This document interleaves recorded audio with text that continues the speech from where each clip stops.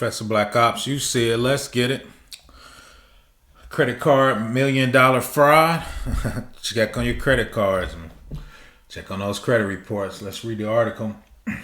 Multi-million-dollar credit card fraud operation uncovered.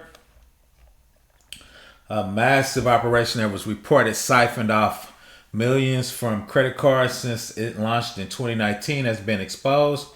It's considered responsible for losses for tens of thousands of victims. The site operator, thought to originate from Russia, operates an extensive network of bogus dating and customer support websites and used them to charge credit cards bought on the dark web. This way, the charges appear legitimate and the websites are not readily approving fund returns on the grounds of fraudulent transaction, resulting in the enrichment of a syndicate behind the operation. The discovery report about the global operations come from researchers at Reason Labs, who shared their findings with the publication.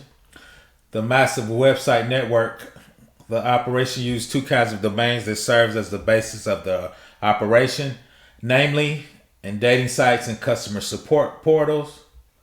So here's showing the nefarious websites. Some of the fake dating sites found from Reason Labs, so all those are fake. They look pretty legitimate. When visiting the website for companies of some of the alleged dating sites, we found that the corporate sites did not exist or had non-existent email addresses such as mail@example.com.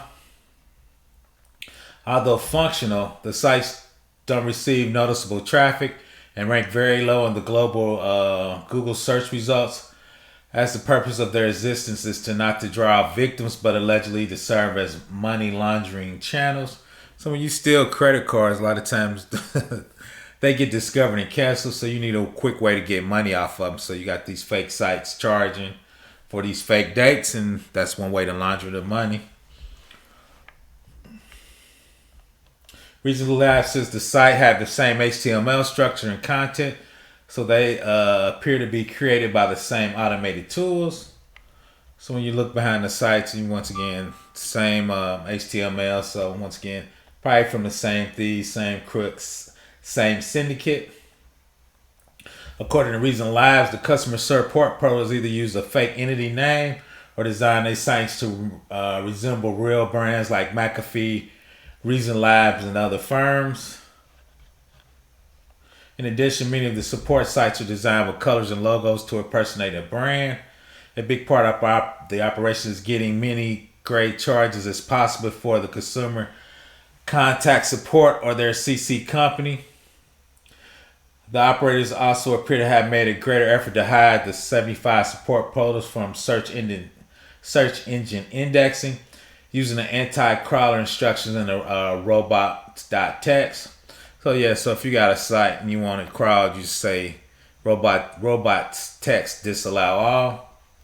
The payment processing and charging. The biggest obstacle of the operation is registering these sites as payment acquirers with the processors, who typically classify them as high risk, even when they're legitimate due to the category having high chargeback percentage. To avoid being blacklisted, the researcher said each site applied individually to avoid losing them at once and in case fraud is revealed in any of them. As for producing proof of legitimacy, all the sites featured a 24/7 support chat, working telephone line outsourced to a genuine support center.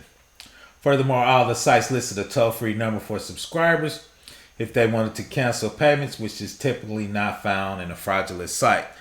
It is now. So once again, furthermore, all the sites listed had a toll-free numbers for subscribers if they want to cancel a payment, which is typically not found in a fraudulent site.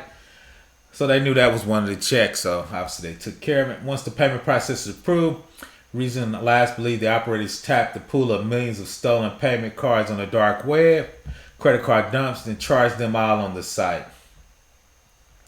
So it looks legitimate. You got your credit card number, secure payment. Reason Lab noticed that most of the cards used in the operation belong to people in the United States, but they also buy cards from French-speaking countries. The charging takes place either by using the API or manually, while the site operators are very careful not to trigger anti-fraud alarms and also to extend the time before the victim realizes the charges. They charge small amounts using generic names that might blend in with the victim's spending habits, using recurring payments with the same amount to avoid performing a test transaction. Finally, the operator used incorporated cancel subscription system charges the customers back in some cases, thus artificially reducing the chargeback rate and making their operation appear authentic. Also, these combined tactics have enabled the operators to last long for so long without being discovered, making tens of millions in USD by charging small amounts for many people. So yeah, most people, and I'm bad about that, I balance my bill, but I don't balance it to the penny, right? So I need to do a better job. So if you actually, I think if you actually do something under $40 in most people's account, most people wouldn't catch it. Unfortunately, Beeple has randomly tested several of the 275 fake sites, and they all are online at the time of the writing. Wow, they're still online. However, they may change soon, as I recently said that they have reported the sites to payment processors and law enforcement. We reported the entire scam to 12 parties. They were on one way or another touched by it. This includes payment providers, Visa and MasterCard, in addition to numerous other services such as AWS, GoDaddy, and various registrars. You register your domain name with those sites. We also reported the scam to fraud.org, a project of the National Consumer League, a nonprofit agency based on Washington with shared consumer complaints with network with more than 200 law enforcement parties. A full list of the sites can be found in reasonlabs.report. So once again, that was a $1 million fraud scheme, and it's currently up and running. So if you knew what to do, you can obviously defraud. They actually bought the credit cards on the dark web. A lot of times they guarantee you that they will be good for 30 days. So you can go out there and do fake charges and run up a couple tens of millions of dollars before people find out. Once again, credit card $1 million fraud, Professor Black Ops. Please subscribe.